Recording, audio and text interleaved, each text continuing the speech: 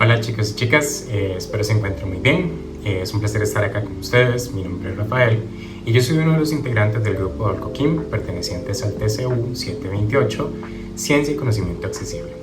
Pues bueno chicos, como grupo, en esta serie de videos lo que vamos a estar presentándoles es las soluciones de algunos de los enunciados de años anteriores de la Olimpiada Costarricense de Química, tanto en categoría intermedia como en categoría avanzada. El objetivo que tenemos con esto es brindarles a ustedes un acercamiento más detallado de cómo son las soluciones de los diferentes ejercicios que se nos presentan en los exámenes. Asimismo, queremos brindarles herramientas para que la realización de estos sea lo más amena posible para ustedes. Somos conscientes que a veces temas como el tiempo o el nervio puede jugar una mala pasada, así que queremos ayudarles con esto para que no sea un problema para ustedes.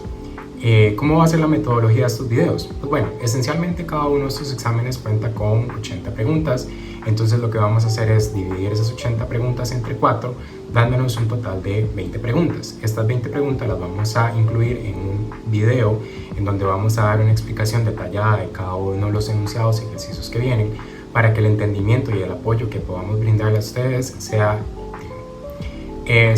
sin más chicos, esperamos que esto sea de mucha funcionalidad y ayuda para ustedes. Cualquier duda o consulta que tengan se pueden acercar a nosotros y con gusto se las vamos a aclarar. Y sin más, pasemos entonces con la primera solución. Pues bueno chicos, pasando entonces ahora con lo que serían las soluciones, en este caso tendríamos el primero de ellos, que sería el solucionario para el examen eliminatorio de la categoría intermedia del año 2019. Entrando de lleno con lo que serían las soluciones, antes de nada me gustaría darles el primer consejo para cuando nos vamos a enfrentar a este tipo de preguntas o a este tipo de exámenes. Usualmente los exámenes del COQUIM son exámenes que se realizan en 3 horas, entonces ese es el tiempo que tenemos nosotros para poder realizar aproximadamente las 80 preguntas que se incluyen en cada uno de los exámenes. Entonces necesitamos buscar la manera de maximizar el tiempo entre cada pregunta, ¿de acuerdo? Tenemos que tratar de durar la menor cantidad de tiempo posible entre pregunta y pregunta para que luego en un futuro no se nos dé la situación de que nos podamos quedar sin contestar alguna de esas preguntas. Entonces, el primer consejo que les doy yo es, cuando nos vayamos a enfrentar a una pregunta, siempre es recomendable leer primero lo que nos piden y luego leer el enunciado de la pregunta. Entonces, en este caso, lo que nos están pidiendo es los términos que completan correctamente la oración anterior es la siguiente. Entonces necesitamos encontrar un término que sea adecuado para completar la oración que se nos está brindando. Entonces el enunciado dice, el término que se requiere, es la rama de la química que estudia, desarrolla y mejora los métodos e instrumentos con el objetivo de estudiar la composición química de la materia. ¿Okay? Entonces vemos que esta pregunta nos está hablando sobre las ramas o áreas de la química. ¿Okay? Entonces, para nosotros poder resolver estas preguntas siempre es importante encontrar palabras clave, ¿de acuerdo? Palabras que nos guíen a la respuesta correcta. En este caso, la palabra que nos va a ayudar, o las palabras que nos van a ayudar a encontrar la respuesta adecuada son, las siguientes. Notemos que en el enunciado nos menciona que esta rama de la química se basa sobre métodos e instrumentos, ¿de acuerdo? Eso ya nos da un primer acercamiento de cuál es la rama de la que se nos está hablando. Si analizamos las respuestas que nos está brindando, las posibles opciones de respuesta, está la química inorgánica. Recordemos que la química inorgánica se centra principalmente en el estudio de compuestos, en el estudio de metales, propiedades periódicas de la tabla periódica como tal. Entonces no se centra mucho en esta parte de metodologías e instrumentos, sino que va más como por la parte de nomenclatura y demás, ¿de acuerdo? Por otro lado, la química orgánica, recordemos que es la química que se encarga del estudio de el átomo de carbono, el elemento carbono, y todas sus características, enlaces carbono-carbono, la materia orgánica, reacciones, mecanismos. Entonces todo esto se aleja un poco de lo que el enunciado nos está diciendo. Y por último, la bioquímica es esta rama de la química que se estudia o que se encarga de estudiar los procesos biológicos a nivel químico. Entonces esto del todo se aleja de lo que son métodos e instrumentos. Entonces la opción que nos queda sería la química analítica, que precisamente dentro de su definición, esta cumple específicamente con lo que se nos dice.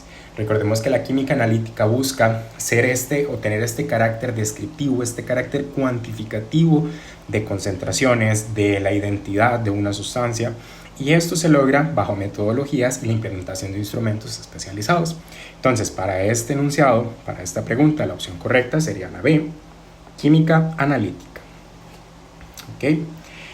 La siguiente pregunta que tenemos, vemos que es un poquito larga, ¿de acuerdo? Entonces, aplicando la misma técnica anterior, nos dicen, marque la opción que corresponde a una consecuencia directa o indirecta de un desecho químico vertido en el ambiente, ¿ok? Entonces, lo que tenemos que buscar es una consecuencia a la hora de dar un desecho químico que se vierta en el ambiente, ¿de acuerdo? Entonces, cuando un desecho químico se vierte, ¿cuál es una consecuencia de esto? Ya puede ser directa o indirecta.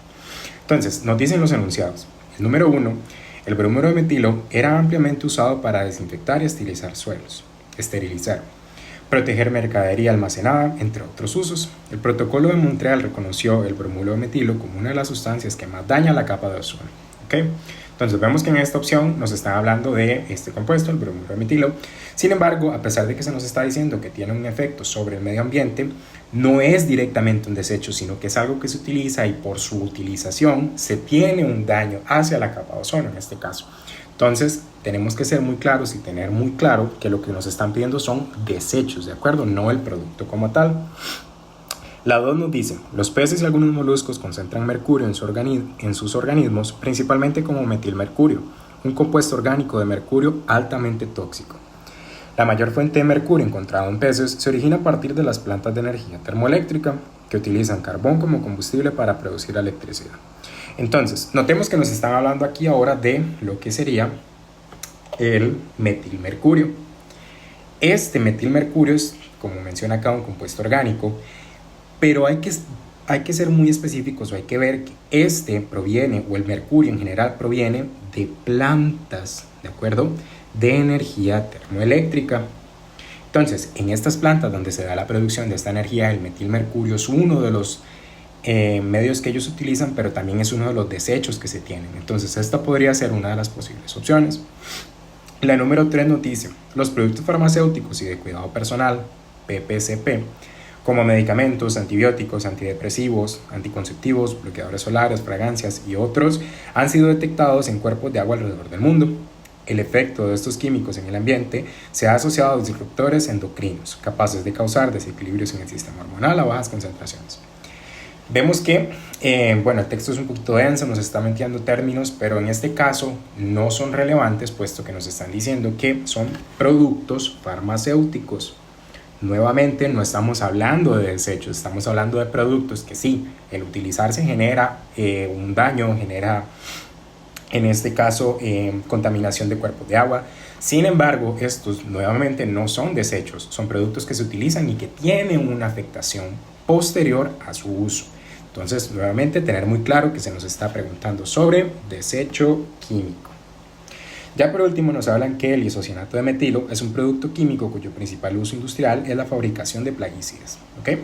Entonces, debido a un error humano en 1984, una fuga de isocianato de metilo fue la responsable de la muerte de entre 8.000 a 25.000 personas en Bhopal, una ciudad de la India. Veamos y analicemos esta última. Vemos que nos están hablando del isocianato de metilo, que es un químico que se utiliza, un producto químico que se utiliza para fabricación de plaguicidas, ¿de acuerdo? Esta es la información que nos dan para que nosotros veamos de qué se nos está hablando. Dice que hubo un derrame y esto provocó la muerte de personas. Entonces nosotros pensaríamos, claro, esto es una consecuencia gravísima. O sea, generó la muerte de 25.000 personas. Entonces nosotros diríamos, esta de fijo tiene que ser la respuesta. Pero tenemos que notar algo muy importante acá. La palabra que nos va a dar certeza de que esta no es la opción es que estamos ante una fuga, un derrame. Esto no es producto de un desecho. Esto fue que hubo un error y este error provocó que este producto químico que se utiliza generara esa consecuencia. Por lo tanto, no podemos decir o no podemos asegurar que este sea un desecho químico. Por lo tanto, la respuesta correcta a este enunciado, tomando en cuenta todo lo que hemos analizado, sería la opción 2 o bien la opción B, puesto que el metilmercurio sí proviene de un desecho de las plantas de energía termoeléctrica. ¿Ok? Pasemos ahora con el tercer enunciado. Entonces, nos están preguntando, la cantidad descrita anteriormente con unidad básica perteneciente al Sistema Internacional de Unidades SIU, es... Entonces, nos están pidiendo por unidades del Sistema Internacional de Unidades. Sistema Internacional de Unidades. Entonces, ya tenemos una idea más o menos de qué es lo que nos están preguntando. Leamos el enunciado. Dice, para fabricar una rampa de madera, una skater se ha comprado 12 libras de madera de pino, correspondientes a 6 metros de longitud, con lo que se logra armar una base de 24 pulgadas cuadradas y finalmente una rampa con 1.5 galones de capacidad volumétrica. ¿Okay? Entonces notemos que tenemos muchas unidades acá que tal vez nos puedan confundir un poquito, pero nada más tenemos que tener bien claro la diferencia entre el sistema internacional de unidades y el sistema inglés. ¿Okay? Entonces vemos que aquí nos están hablando, por ejemplo, de 12 libras, nos están hablando de 6 metros, nos están hablando de 24 pulgadas cuadradas y de 1.5 galones. Analicemos una a una. Las libras ¿para qué se utilizan? Son una unidad de medición de masa, ¿cierto? No obstante, esta cantidad se utiliza en el sistema inglés, no se utiliza en el sistema internacional de unidades. Entonces, queda descartada. Por otro lado, las 24 pulgadas cuadradas, nuevamente, son parte del sistema inglés. Nosotros en el sistema internacional no utilizamos pulgadas. ¿Cuál utilizamos para medir distancia? El metro. ¿Okay? Por último, 1.5 galones. Nuevamente, los galones son una unidad de expresión del volumen, pero esto pertenece al sistema inglés, entonces nuevamente no nos funciona. Por lo tanto, la respuesta correcta, y en efecto, puesto que se utilizan, son los 6 metros de longitud. El metro, recordemos que es la unidad fundamental del Sistema Internacional de Unidades para la medición de la distancia. Entonces, la respuesta correcta a este enunciado sería la opción B, 6 metros. ¿Okay? Pasemos con el siguiente enunciado. Nos preguntan, marque la opción correcta que representa la cantidad con unidades que pertenecen a unidades del sistema de medición inglés. ¿Ok? Entonces vemos que ahora el panorama cambió. Antes nos preguntaban el sistema internacional de unidades y ahora nos están preguntando por sistema de medición inglés. ¿Ok? Entonces, con eso en mente, el enunciado nos dice, la skater que fabricó la rampa anterior recorre alrededor de 1 milla con un paquete en su mochila de 0,3 kilogramos de masa y una bebida hidratante de 350 mililitros de volumen. La chica tardó 800 segundos en llegar al skatepark y con esto tenemos que ver cuál es esa unidad que nos piden. Entonces, nuevamente lo que podemos hacer es identificar cada una de estas. La primera que se nos presenta es 1 milla, que es la distancia que recorre, que lleva una mochila de 0,3 kilogramos, una bebida hidratante de 350 mililitros y por último los 800 segundos. Veamos que, por ejemplo, los 0,3 kilogramos de masa corresponden a una unidad derivada de la unidad fundamental de medición de masa en el sistema internacional, que sería el gramo. Aquí estamos utilizando kilogramos. Por lo tanto, este no pertenece al sistema inglés. Por otro lado, tenemos los 355 mililitros que pertenecen nuevamente a una unidad derivada de la unidad de medición de volumen en el sistema internacional, que sería el metro cúbico. Entonces esto tampoco sería la respuesta correcta. Por último, tenemos los 800 segundos, que estos corresponden a la unidad fundamental de medición del tiempo, ¿de acuerdo? En el sistema internacional de unidades. Por lo tanto, la opción que nos queda sería la milla, que en efecto, en el sistema inglés, la unidad de medición para la distancia serían las millas. Por lo tanto, la respuesta correcta a este enunciado sería la opción A, 1 milla. ¿De acuerdo? Pasemos ahora con el siguiente enunciado. ¿Qué nos dice? La temperatura correspondiente expresada en grados Celsius es... Entonces nos están pidiendo o nos deberíamos imaginar que hay una temperatura que queremos tener en grados Celsius. Esto implica que debe estar en otra unidad. Entonces el enunciado nos dice, parte de los preparativos para viajar para un viaje es llevar la ropa adecuada para la época del año del lugar que visitaremos. Antes de viajar a la ciudad de Nueva York, se advierte que la temperatura media para los días de visita es de 44 grados Fahrenheit. ¿Ok? Entonces ya notamos que aquí está la temperatura que nos piden. Esta temperatura es la que necesitamos convertir, puesto que nos la están dando en grados Fahrenheit y la queremos en grados Celsius. Entonces, recordemos que para realizar esto, tenemos una formulita que nos va a ayudar a pasar de grados Celsius a grados Fahrenheit y de grados Fahrenheit a grados Celsius. Esta sería que los grados Celsius equivalen a 5/9 de los grados Fahrenheit menos 32. ¿De acuerdo? Entonces, lo único que nosotros debemos de realizar acá para obtener la temperatura en grados Celsius sería sustituir esos 44 grados Fahrenheit en la formulita. Por lo tanto, nos quedaría que esos grados Celsius serían igual, nuevamente, 5/9 multiplicado por los 44 grados Fahrenheit menos 32. Si nosotros realizamos esta conversión en la calculadora, notamos que nos va a dar un resultado de 6,7 grados Celsius. ¿De acuerdo? Si nos vamos a las opciones, vemos que entonces la respuesta correcta sería la opción D. ¿Ok? Notar acá, chicos, que yo les mencionaba que podemos hacer conversiones de grados Celsius a grados Fahrenheit y de grados Fahrenheit a grados Celsius. ¿Cómo sería el caso en el que queramos convertir de grados Fahrenheit a grados Celsius? Bueno, simplemente tendríamos que hacer el despegue de la fórmula. ¿Cómo lo hacemos? Tomamos este 9 que está acá, lo mandamos a multiplicar, ¿ok? Tomamos este 5 que está acá, lo mandamos a dividir, y el 32 que tenemos acá, como está restando, lo pasamos a sumar. Al hacer todo ese despeje, obtendríamos los grados Fahrenheit, ¿de acuerdo?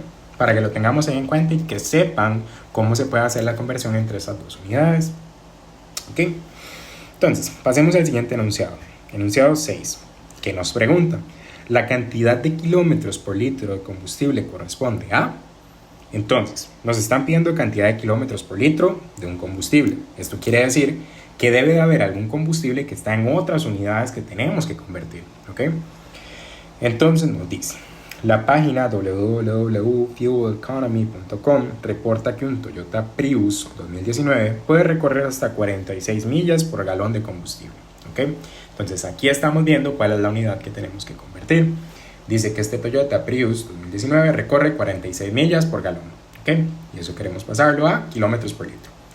Para hacer esta conversión tenemos que recordar dos conversioncitas bien importantes. ¿De acuerdo? La primera de ellas es que una milla equivale a 1,6 kilómetros y también que un galón equivale a 3,79 litros.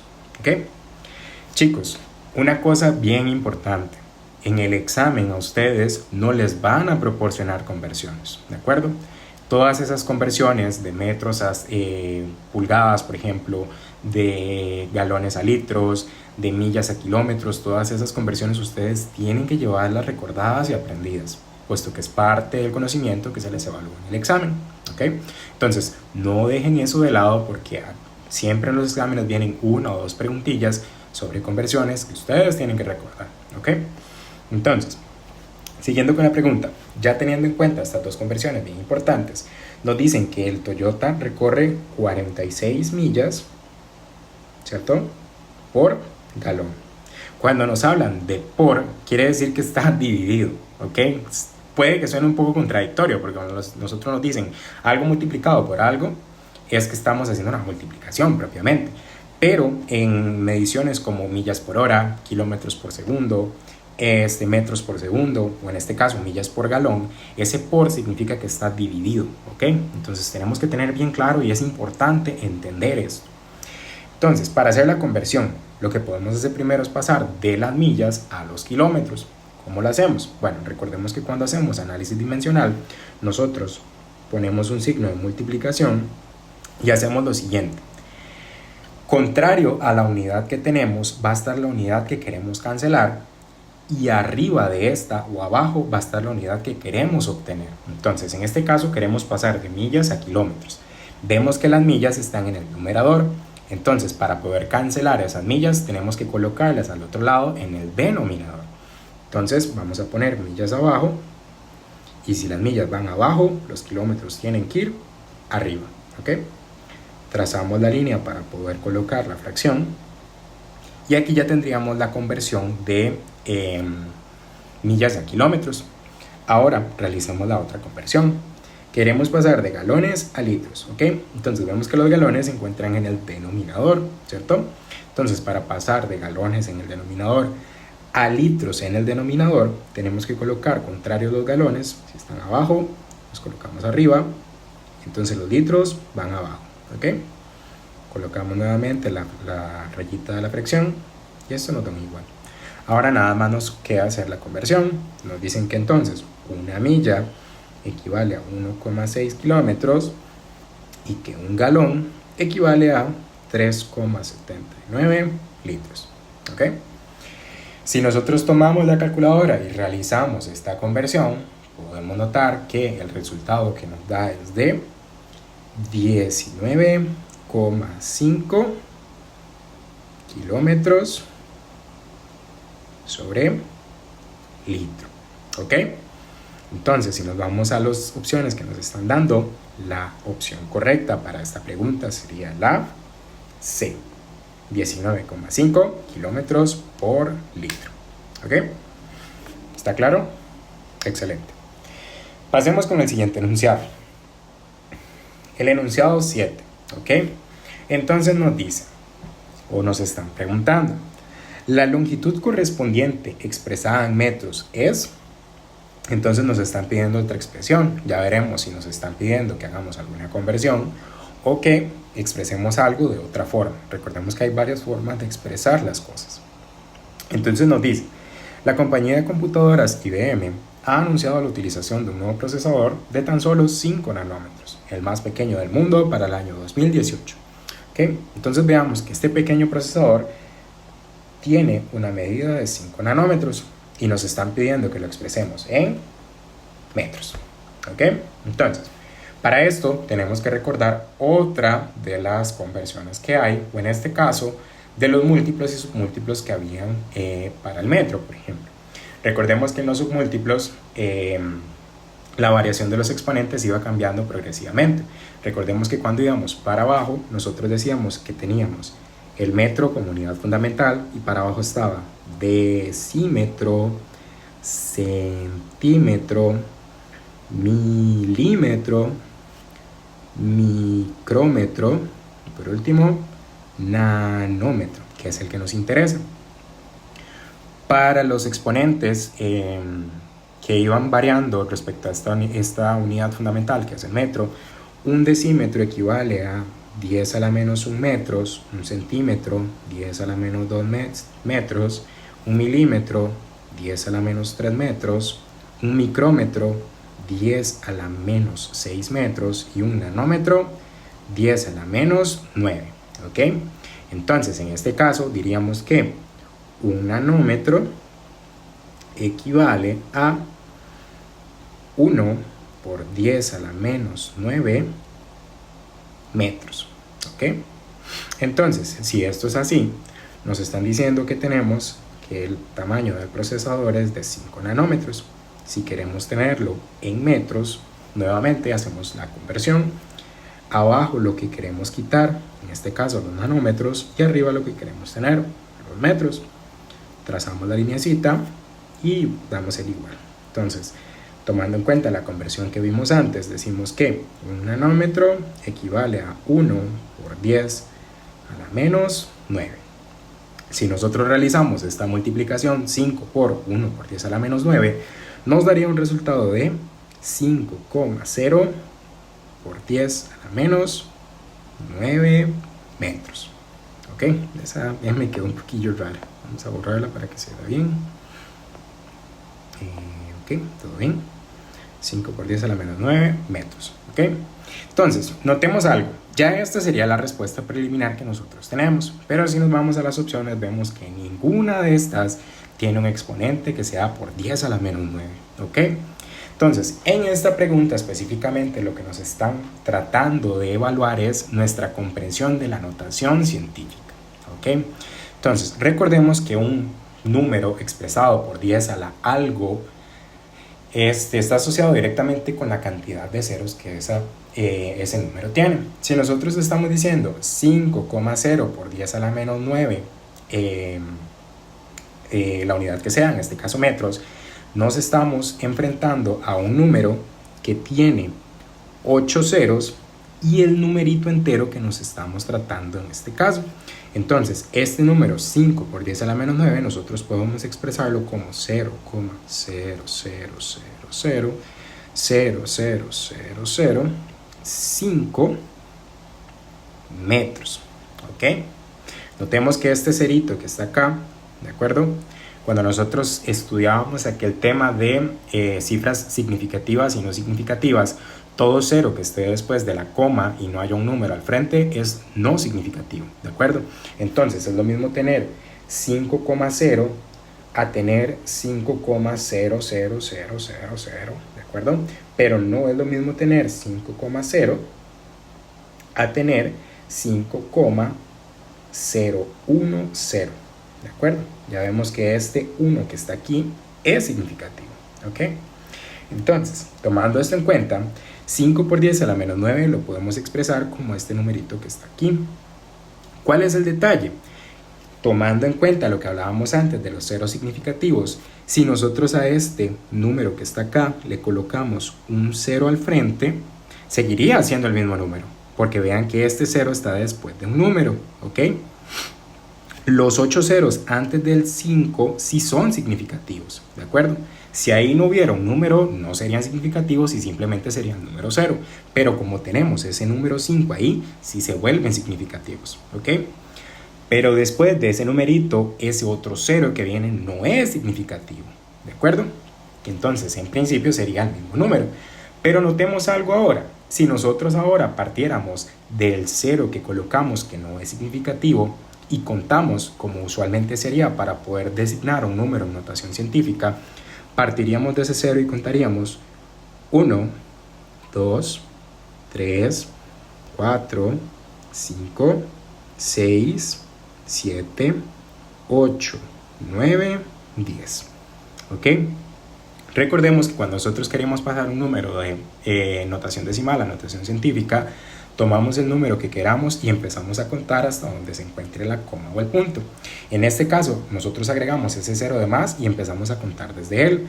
Entonces, estamos viendo que a partir de ese 0 tendríamos 10 espacios para atrás. Eso quiere decir entonces que como estamos en un número que es decimal menor a 0, ese número exponente, sería negativo. En este caso, estamos tomando desde el 0, entonces este número se expresaría en notación científica como 50, ¿de acuerdo? Que es el número entero que estamos trabajando, por 10. El por 10 siempre va a ir, ¿de acuerdo? Y como contamos 10 espacios, va a ser a la menos 10 y la unidad que estamos trabajando, que en este caso sería metros, ¿ok?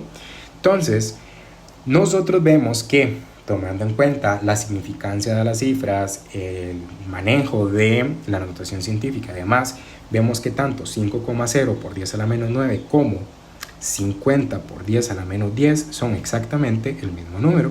Podemos comprobarlo en la calculadora y ustedes van a notar que si la colocan y dan la opción de poner decimales, ambos le van a dar el mismo número, ¿ok?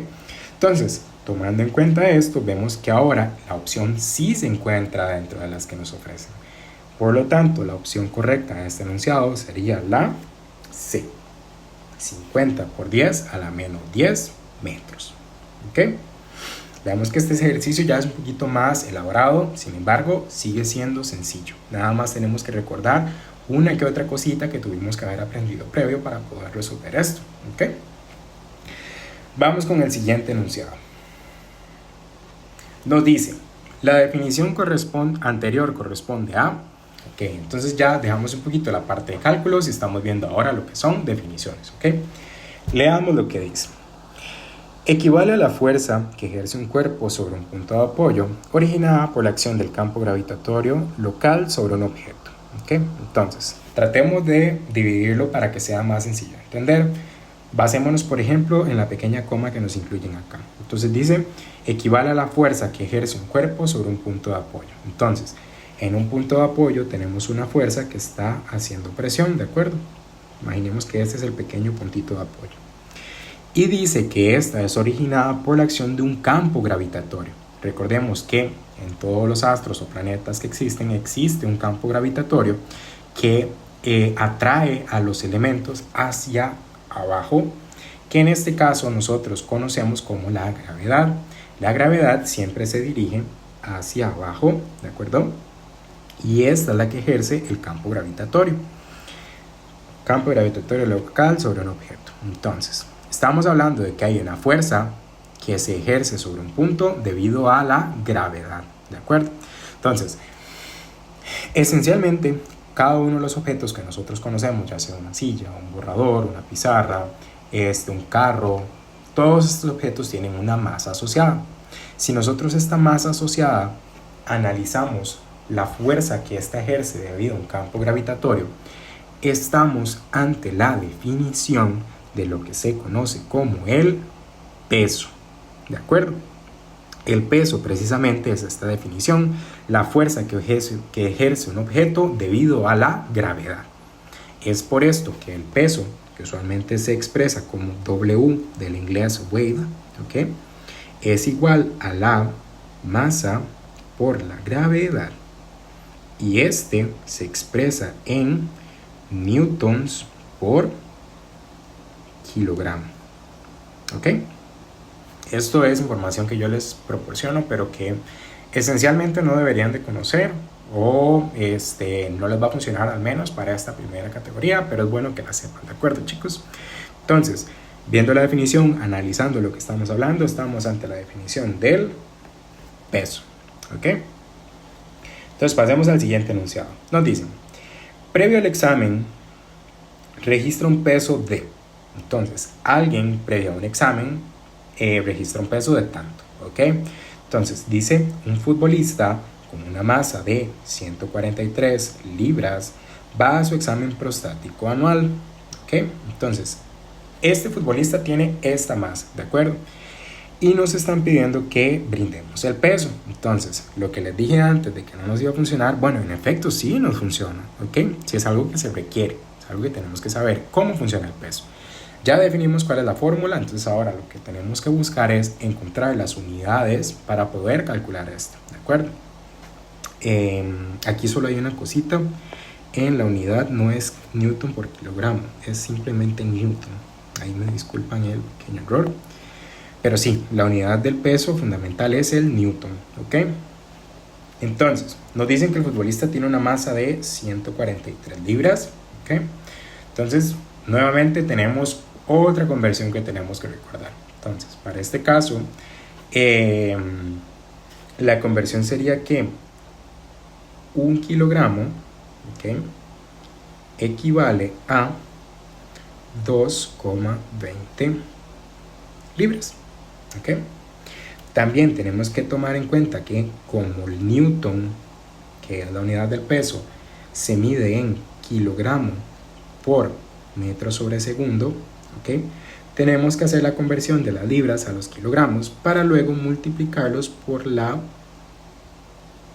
velocidad de la, metros por segundo al cuadrado, porque la aceleración gravitatoria tiene estas unidades, ¿de acuerdo? Esta G que habíamos visto antes corresponde a la gravedad, ¿ok? Entonces, haciendo la conversión de la masa que nos están dando, 143,3 libras, ¿ok? Hacemos la conversión, trazamos la rayita, abajo de lo que nos queremos deshacer, arriba lo que queremos, y tomando en cuenta la conversión que hay, de 1 kilogramo equivale a 2,20 libras. El resultado de esto multiplicado, ¿ok?, multiplicado por 9,8 metros por segundo al cuadrado, nos daría un valor de 637,0 newtons. ¿Ok? Ya esto tomando en cuenta las cifras significativas y demás. Entonces, como vemos, al nosotros hacer la conversión de libras a kilogramos, ¿ok?, y multiplicarlo por la gravedad, nos da entonces el peso que tiene este jugador. Si nos vamos a las opciones que nos están brindando, en efecto vemos que en ellas se encuentran, y esta sería la opción C. Respuesta correcta a este enunciado. ¿Ok? Continuemos entonces con el siguiente enunciado. Soy consciente de que es un poquito pesado, pero vamos poco a poco para que se pueda entender bien cómo se resuelve cada uno de estos ejercicios y que no queden dudillas por ahí que más adelante puedan ser perjudiciales para ustedes, chicos, ¿de acuerdo? Pero bueno, aquí vamos. El siguiente enunciado nos dice: a partir de la información anterior, marque la opción que describe propiedades químicas. ¿Ok? Entonces, nos están pidiendo que identifiquemos propiedades químicas. ¿ok? Entonces vamos a leer esas propiedades que nos están dando acá. La albúmina es una proteína que se encuentra en la clara del huevo, que al calentarse a 100 grados se desnaturaliza, ¿ok? Entonces, cosas que aquí no deberíamos de prestarle atención. ¿Qué es la albúmina, por ejemplo? ¿Qué es una proteína? Son cosas que deberíamos saber. Sin embargo, para este caso no es significativo, y tampoco es necesario que ustedes sepan qué es la albúmina o qué es una proteína. Bueno, tal vez una proteína sí, porque hay un proceso acá que nos está hablando y que deberíamos de conocer, que es la desnaturalización. Cuando una proteína se desnaturaliza, quiere decir que pasa de ser una proteína X a ser una proteína Y. En este caso tenemos un cambio en la identidad de la proteína, ¿de acuerdo?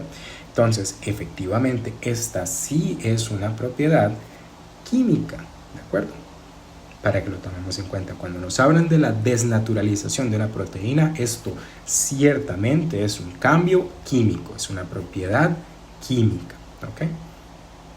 La opción 2 dice, la caseína es una proteína que se encuentra en la leche, que precipita al bajar el pH y que se puede resolver o aumentar el pH. Entonces aquí nos están hablando, por ejemplo, del pH. Recordemos que el pH es la escala de medición de la acidez o basicidad de una sustancia o disolución. En este caso nos están hablando que esta caseína, esta proteína, puede precipitar. Recordemos que cuando algo precipita, lo único que hace es pasar de estar en estado líquido o acuoso a estar en estado sólido, ¿de acuerdo? Estos procesos son meramente físicos, ¿de acuerdo? El proceso de precipitación es un proceso físico, ¿ok? Entonces, este no se clasifica como una propiedad química, sino como una propiedad física, ¿ok? Ya por último nos dice el punto de ebullición del alcohol etílico es de 78 grados centígrados, pero se puede disminuir hasta 40 al calentarlo en un sistema cerrado con un sistema al vacío, ¿ok? Veamos que nos hablan del alcohol etílico, que este bulle a 78 y que se puede disminuir. Todo muy bonito, sin embargo, nunca estamos dejando de tener alcohol, ¿de acuerdo? Nunca estamos dejando de tener el etanol, el famoso etanol que conocemos. Entonces, como una de las definiciones de propiedad química es que debe de existir un cambio en la identidad del elemento, del compuesto, de la sustancia de análisis, como solo estamos hablando de transformaciones que se le pueden hacer al etanol, pero que siga teniendo su misma identidad, esta tampoco clasifica como propiedad física, ¿de acuerdo? Por lo tanto, la opción correcta a este enunciado sería la opción A, únicamente la opción 1, ¿ok? Entonces, pasemos ahora con el siguiente enunciado para seguir viendo cómo se realizan cada una de estas preguntas, ¿ok? La opción o el enunciado 11 nos dice, lo anterior se clasifica como una propiedad. Entonces vemos que ahora seguimos más por la línea de lo que son las propiedades, ¿ok? Entonces nos dice, una técnica que se utiliza muy a menudo en las casas para eliminar el herrumbre, óxido de hierro, de los metales es el uso de una bebida gaseosa. Bebida gaseosa puede ser una Coca-Cola, una Sprite, una fresca, una gin. El ácido fosfórico tiene la capacidad de extraer los metales de los óxidos para formar fosfatos metálicos. Este ácido fosfórico que nos mencionan viene incluido en todos los refrescos carbonatados, en las bebidas gaseosas, ¿ok? Que se pueden remover fácilmente, de la misma manera que se une el calcio, magnesio y zinc de nuestro cuerpo al consumir este tipo de bebidas, ¿ok? Entonces vemos que nos están hablando de que las bebidas gaseosas pueden eliminar el óxido de hierro, haciendo que formando fosfatos de, en este caso hierro, que sería el metal del que está compuesto el famoso herrumbre que conocemos, ¿ok? Entonces, como nos están diciendo que este óxido de hierro ahora pasaría a ser fosfato de hierro o fosfato metálico, tenemos una conversión, tenemos un cambio en la identidad del compuesto. Entonces, como este es un cambio, precisamente gracias a la definición de lo que es una propiedad química, podemos asegurar que este cambio de óxido a el fosfato es una propiedad química. Por lo tanto, la opción correcta sería la opción B, ¿ok? Las otras opciones no tienen lógica, una propiedad molar y una propiedad equivalente no vienen al caso, puesto que nosotros solo estudiamos propiedades físicas y propiedades químicas, ¿de acuerdo? Y como no es una propiedad física, la opción correcta es la propiedad química, ¿ok? El siguiente enunciado nos dice: de las siguientes opciones, marque la que se refiere solo a propiedad extensiva, ¿ok? Entonces nos están pidiendo una propiedad extensiva. Recordemos, chicos, que las propiedades extensivas son aquellas que dependen de la cantidad de materia que se tenga, ¿ok? Por el contrario, las propiedades intensivas no dependen de la cantidad de materia, ¿ok? Tenemos que tener muy claro esto. Entonces, la opción A nos dice: la viscosidad de una miel de abeja de calidad es de 400. Esta pequeña unidadcita que está aquí, se conoce como, se le llama milipois o los pois, ¿de acuerdo? No es algo que tengan que conocer, así es como se le llama, ¿ok? Es la unidad de medida de viscosidad, el pois, a 25 grados, ¿ok? Viscosidad, la viscosidad no es algo que dependa de la cantidad de materia, sino de la construcción o del ordenamiento de las moléculas dentro de ese compuesto, en este caso de la miel. Por lo tanto, la viscosidad no es una propiedad extensiva, es una propiedad intensiva, ¿ok? Entonces, aquí esta no pertenece, ¿ok? La siguiente sería: el punto de ebullición de la leche entera es de 100,17 grados centígrados, ¿ok? Nuevamente, el punto de ebullición va a ser el mismo para 1 kilogramo de agua que para 1 tonelada de agua. O en este caso, va a ser el mismo punto de ebullición para 1 litro de leche que para 1 tonelada de leche. Simplemente se tiene que llegar toda esa cantidad a esa temperatura, si no, no va a ocurrir el proceso. Por lo tanto, el punto de ebullición tampoco es una propiedad extensiva. Por lo tanto, sería una propiedad intensiva, ¿ok? La siguiente dice: la concentración de azúcar de un Nesté es este producto que se utiliza como té propiamente, ¿de acuerdo? Es de 4,5 gramos en cada 100 mililitros, ¿ok? Esto que nos están diciendo acá es el contenido de azúcar en 100 mililitros de solvente, o en este caso de agua, por ejemplo, ¿ok? Entonces, vemos que independientemente de la cantidad de agua que nosotros tengamos, esta relación siempre se va a guardar. Si nosotros tuviéramos, por ejemplo, 200 mililitros de agua, la concentración de azúcar de Nesté sería entonces de 9 gramos, ¿ok? Esta relación siempre se guarda, ¿ok? Entonces, esta tampoco, la concentración, se considera una propiedad extensiva, sino intensiva, ¿ok? Entonces, chicos, ya nosotros por descarte podríamos decir que esta opción sería la adecuada, puesto que ya las otras tres no corresponden a propiedades intensivas.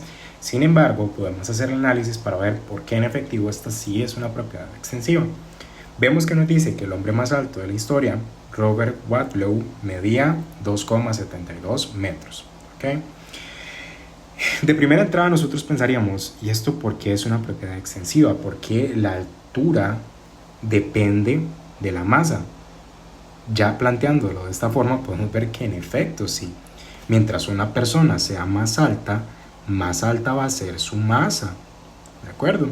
Entonces, en efecto, la altura, en este caso de un hombre o de un ser en general, sí es una propiedad extensiva, ¿de acuerdo? Entonces, por lo tanto, la respuesta correcta a esto sería la opción D, ¿ok?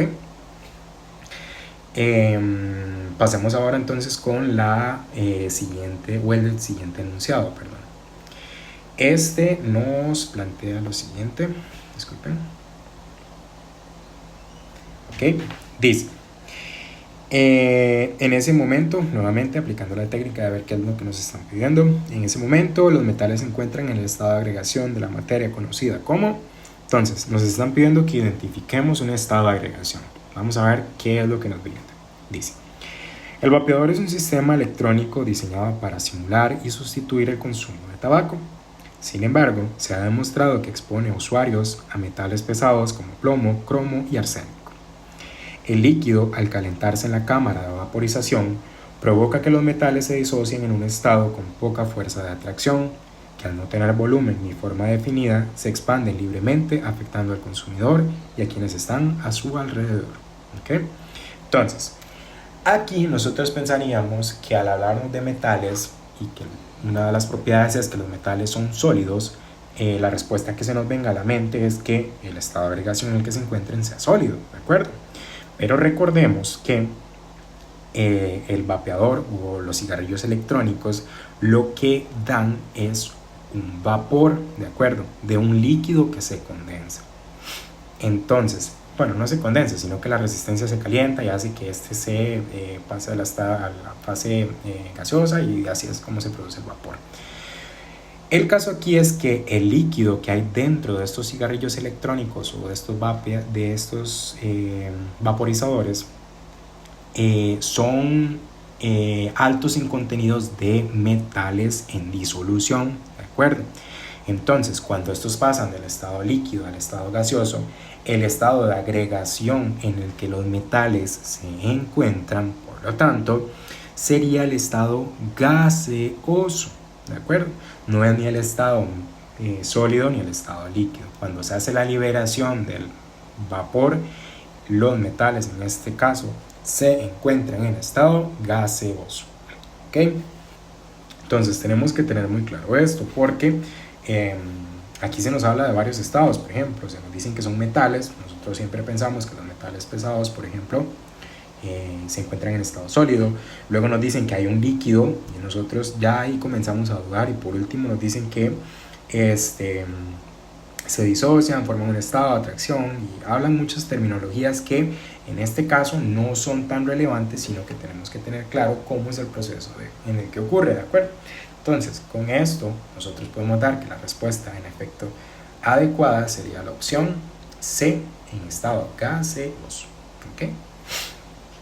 Pasemos ahora con la siguiente pregunta, la pregunta 14, que nos dice: en esta condición de criptobiosis, el estado de agregación de la materia dominante en el organismo es, nuevamente, estábamos hablando de estados de agregación. ¿Ok? Entonces, nos dice el enunciado: los tardígrados, osos de agua, son los organismos más resistentes a condiciones extremas del planeta. Pueden sobrevivir en el vacío del espacio a presiones de 6.000 atmósferas, a temperaturas extremas de menos 273 y 150 grados centígrados, a la deshidratación prolongada, hasta 10 años, y hasta la radiación ionizante. En estas condiciones adversas, entran en un estado de animación suspendida, criptobiosis, reduciendo su agua corporal desde el 85%, que es usualmente la cantidad que tiene, hasta un 3%. O sea, prácticamente nada de agua queda en su cuerpo. ¿Okay? Entonces dicen, nuevamente la pregunta: en esta condición de criptobiosis, el estado de agregación de la materia dominante en el organismo es... Ok, entonces, cosas que tenemos que tener claras. Los tardígrados son unos bichitos súper pequeñitos que, como dice acá, son excelentes para condiciones adversas extremas, ¿de acuerdo? La criptobiosis, que es el proceso que ellos nos están describiendo, es que el pequeño bichito libera prácticamente todo el contenido de agua que hay en su organismo, y dejando tan solo un 3% de esto, ¿de acuerdo? Entonces, si nosotros hiciéramos un análisis general, diríamos: si ese tardígrado pequeñito que está ahí libera toda el agua que queda en él, ¿en qué estado podríamos decir que este se encuentra? ¿Podríamos decir que está en un estado gaseoso? No, ¿verdad? Porque el tardígrado no se deshace, sigue teniendo una forma definida. ¿Podríamos decir que está en estado de plasma? No, porque para el estado de plasma tenemos que tener condiciones de elevada energía, tenemos que tener una ionización del cuerpo y demás, y eso no está ocurriendo. Ahora, podríamos decir que está en un estado líquido. ¿Tiene lógica esto? No, ¿verdad? Porque nos están diciendo que más bien él libera toda el agua. Entonces, podríamos decir, en efecto, que este tardígrado, al pasar por el proceso de criptobiosis, se encuentra en un estado prácticamente sólido. ¿De acuerdo? ¿Quedó claro? Perfecto. Pasemos ahora con el siguiente enunciado. El enunciado número 15 nos dice: el cambio de estado observado es conocido como. Entonces nos están pidiendo cambio de estado, ¿ok? Pasamos de identificar estados de agregación ahora a cambios de estado, ¿ok? Entonces nos dice: el 22 de enero del 2018, el volcán Irazú amaneció cubierto de una gruesa capa de escarcha blanca a su alrededor, ¿ok? Las noches frías de enero provocaron que el vapor de agua se congelara en la cima del volcán, fenómeno muy común durante los inicios de año en esta zona. Nuevamente la pregunta: el cambio de estado observado es conocido como. ¿Qué? Entonces, imaginémonos qué fue lo que pasó en ese proceso. Entonces, nosotros teníamos aquí las montañitas del volcán Irazú, ¿ok? Entonces, dice que en la mañana amaneció una escarcha blanca sobre el volcán, ¿ok? Esa escarchita blanca se formó. Dice que las noches frías provocan que el vapor, imaginemos que estas bolitas que están acá son todo ese vapor que se encuentra ahí suspendido, ¿de acuerdo? Por el cambio abrupto de la temperatura, se congelan en la cima del volcán, ¿de acuerdo? Entonces, ¿qué proceso es este? Analicemos cada uno de los procesos para ver si concuerdan con lo que está sucediendo aquí. Notemos primero que tenemos un estado gaseoso, ¿ok? Que sería el vapor del agua, y pasa a un estado sólido, que sería esa escarcha que nosotros estamos viendo, ¿ok? Entonces, la condensación, recordemos que es el proceso en donde un líquido pasa al estado gaseoso, ¿de acuerdo? En este caso eso no está ocurriendo, ¿ok? Disculpen, la condensación es al revés, cuando estamos de estado gaseoso y pasa a estado líquido, ¿de acuerdo? Eso es cuando algo se condensa. Eso no está ocurriendo aquí, puesto que el vapor se está solidificando. La solidificación, por el contrario, es cuando nosotros tenemos estado líquido y pasamos a un estado sólido, ¿de acuerdo? Entonces este proceso tampoco es el que tenemos. La sublimación es el proceso en donde directamente pasamos nosotros del estado sólido al estado gaseoso sin pasar por el estado líquido. Este no es el caso porque nosotros estamos pasando de un estado gaseoso de vapor a la escarcha sólida. Por lo tanto, nuevamente por descarte, nosotros podríamos decir que la respuesta correcta es sublimación inversa, pero también podemos justificarlo puesto que ese vapor de agua, al pasar directamente a ser escarcha sin atravesar el estado líquido, cumple con la condición de ser el proceso de sublimación inversa, ¿de acuerdo? Entonces la respuesta correcta a esta pregunta sería la opción D, sublimación inversa, ¿ok? Siguiente pregunta. La opción 16 nos dice: el siguiente cambio de estado representa un proceso exotérmico, ¿ok? Entonces, tenemos que notar que nos están hablando de que tenemos que identificar un proceso exotérmico. Chicos, recordemos, procesos exotérmicos son aquellos que al darse tienen una liberación de calor. Esto nosotros podemos notarlo porque si nosotros tocáramos el recipiente donde se está llevando a cabo este proceso, notaríamos que este recipiente se pone caliente porque está liberando calor, está liberando energía. ¿De acuerdo? Por el contrario, un proceso endotérmico es un proceso que para poder darse necesita absorber energía, necesita absorber calor para que éste se dé. Por lo tanto, si nosotros tocáramos el objeto o el recipiente donde un proceso endotérmico se esté dando, más bien notaremos que este se pone frío. ¿Por qué ocurre esto? Porque el calor que está alrededor está siendo absorbido y el recipiente está atrayendo esa energía para poder darse, ¿de acuerdo? Entonces necesitamos encontrar un proceso en donde se dé liberación de calor, ¿ok? Entonces los enunciados nos dicen: A. Derretimiento del Churchill a las 12 de mediodía en el Paseo de los Turistas. Entonces nos están hablando de que hay un Churchill, ¿ok? Qué rico los Churchill allá en Punta Arenas, ¿verdad? Que se derriten, ¿ok? Entonces, cuando algo se derrite, ¿qué es lo que está ocurriendo? Eso está en un estado sólido, que sería el agua que se congela, ¿verdad? Lo que tenemos es hielo.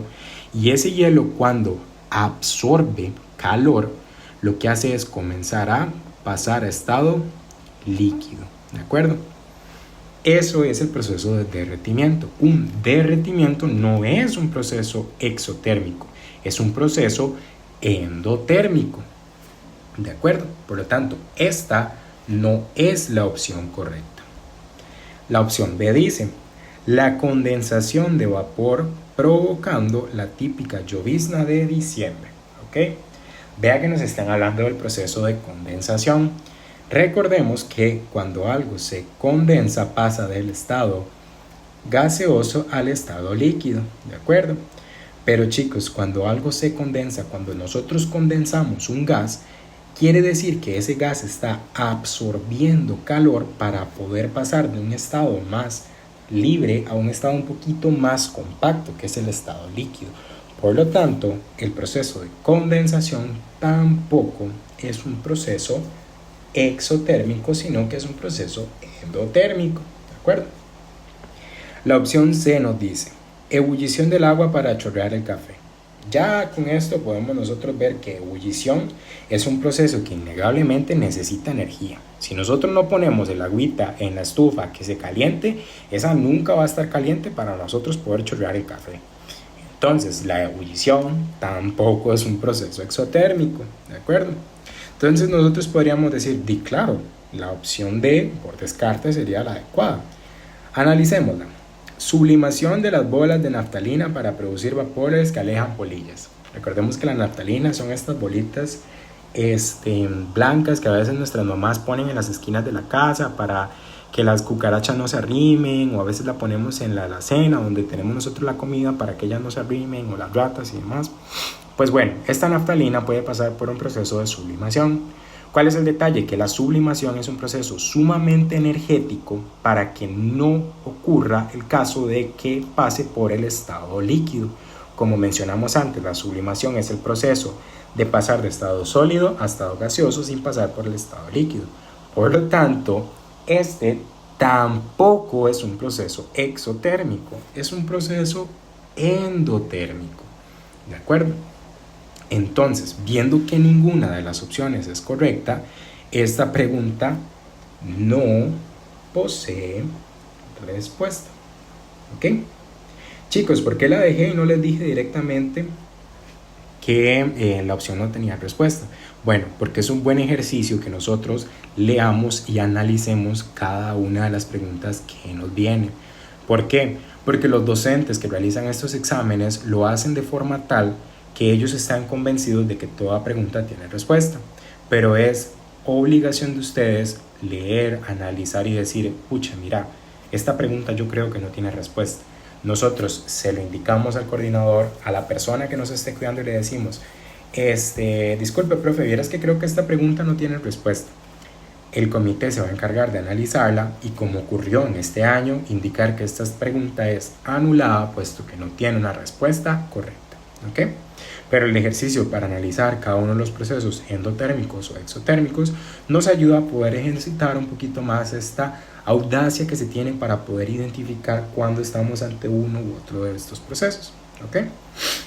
Entonces, vamos ahora con lo que es una de las preguntillas que es clásica siempre se nos habla de ciclo hidrológico, entonces es importante que antes del examen le peguen una repasadita rápida y nos dicen, en el ciclo hidrológico de nuestro planeta, una consecuencia, ojo, que nos están pidiendo consecuencia de la acumulación de vapor de agua y su excesiva condensación sobre el ambiente es, entonces nos están diciendo que hay una consecuencia cuando se acumula mucho vapor de agua, ¿de acuerdo? Y cuando se acumula mucho vapor de agua implica que hay mucha precipitación posterior, ¿cierto? Si nosotros seguimos el ciclo, cuando el agua se condensa, lo que sigue es que precipite.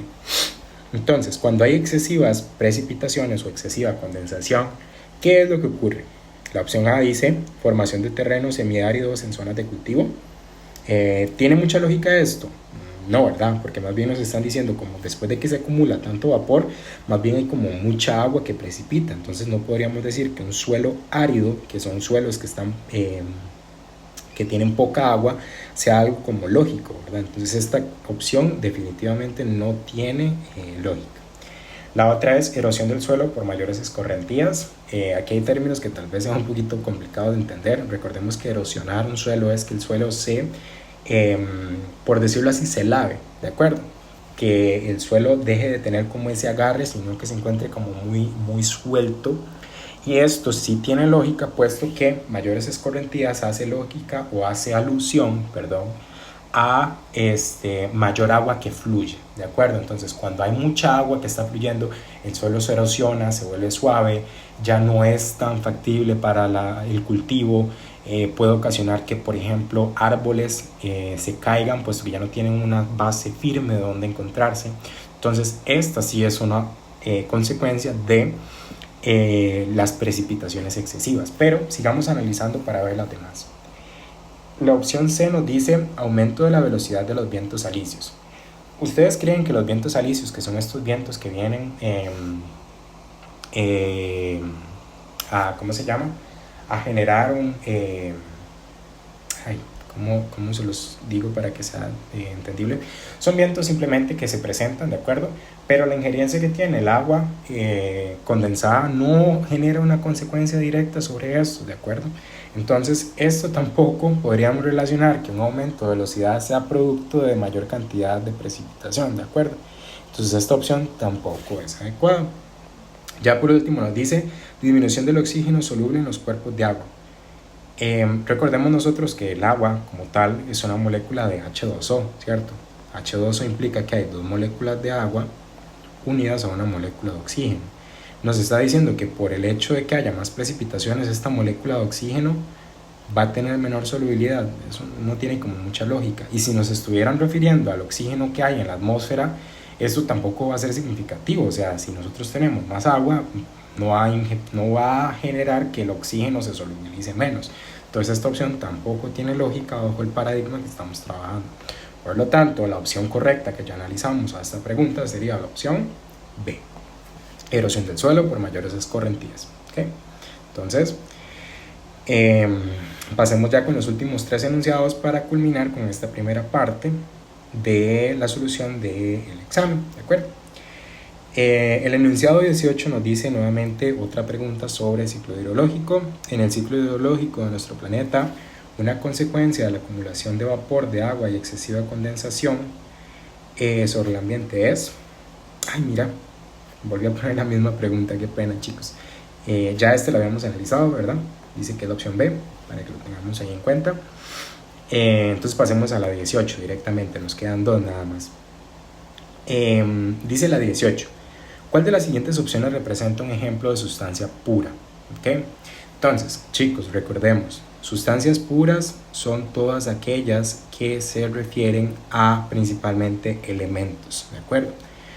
¿Un compuesto se considera sustancia pura? No, es una sustancia compuesta, como bien lo dice. Una amalgama, una disolución de algo, esto todos son sustancias compuestas, ¿de acuerdo? No sustancias puras. Cuando hablamos de sustancias puras nos referimos primordialmente a elementos, ¿de acuerdo? Entonces, en el análisis que tendríamos acá nos hablan de el níquel. Recordemos que el níquel es uno de los metales que se encuentran en la tabla periódica. Esta puede ser una opción.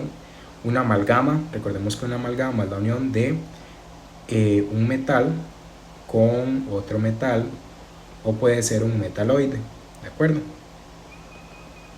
Entonces, esto ya no se considera una sustancia pura, sino que es una sustancia compuesta, ¿ok? El acero es una aleación, ¿de acuerdo?, de carbono más hierro, ¿de acuerdo? Por lo tanto, esta tampoco se considera una sustancia pura, sino que es una sustancia compuesta. Y por último, el acero inoxidable es otra aleación, ¿de acuerdo?, de hierro más zinc, ¿ok? Entonces esta tampoco se considera una sustancia pura. Por lo tanto, la respuesta correcta a esta pregunta sería la opción A, níquel, ¿de acuerdo? Ya para culminar, las últimas 2 preguntas que nos quedan, 19 y 20, la opción 19, perdón, el enunciado 19 nos dice, ¿cuál de las siguientes opciones representa un ejemplo de mezcla? Entonces, veamos que teníamos entonces mezclas, que son sustancias donde hay 2 compuestos, hay un elemento y un elemento, o pueden haber 2 compuestos juntos, ¿de acuerdo? Entonces, Vamos a analizar esto. Primeramente, el agua. Podemos considerar el agua como una mezcla. El agua, recordemos que es una moleculita de H2O. Esta agua se encuentra en presencia de otra cosa. Bueno, el agua que nosotros conocemos usualmente tiene sales disueltas, tiene iones como iones de calcio, iones cloruro, iones de sodio, pero digamos, asumamos que es agua pura. ¿Esa agua pura la podemos considerar una mezcla?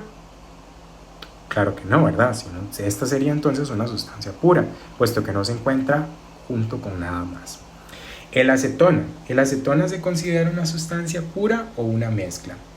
Bueno, el acetona es otra sustancia pura, puesto que no se encuentra unida con nada más. ¿De acuerdo? El grafito. ¿Qué es el grafito, chicos? El grafito es un alótropo del elemento carbono. ¿De acuerdo? Recordemos que los alótropos son diferentes formas de un mismo elemento. Lo que varía aquí es la organización de los átomos en la estructura del mismo. ¿De acuerdo? Entonces el grafito es un alótropo del carbono, por lo tanto sigue siendo una sustancia pura. Por lo tanto, por descarte, nosotros podríamos decir que la opción correcta aquí sería bronce. Pero lo que debemos tener claro, o más bien lo que deberíamos de saber, es que el bronce en efecto es una mezcla, puesto que es la unión de cobre, el elemento cobre, más el elemento estaño, ¿de acuerdo? Eso es una aleación de cobre y estaño, lo que da el bronce, que en efecto es una mezcla. Por lo tanto, esta sería la opción correcta de la opción D. La opción D sería la respuesta correcta a la pregunta número 19. ¿Okay? Y ya para terminar, chicos, aquí nos están hablando que de las sustancias anteriormente citadas, las que se clasifican como elementos son, ¿okay?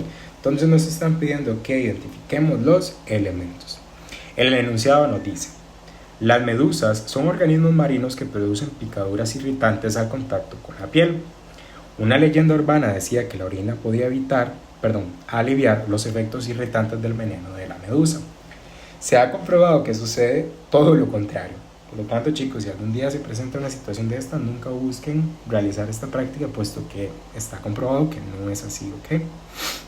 Entonces dice, la composición normal de la orina es un 95% de agua, 3% de urea y ácido úrico, y un 2% que contiene nitrógeno, fósforo, amonio y creatinina. Entonces nuevamente nos preguntan de las sustancias anteriormente citadas, las que se clasifican como elementos son. Entonces lo primero que podemos hacer es identificar sustancias que hayan aquí en la orina pues. Entonces nos están diciendo que hay un 95% de agua, un 3% de urea y ácido úrico, un 2%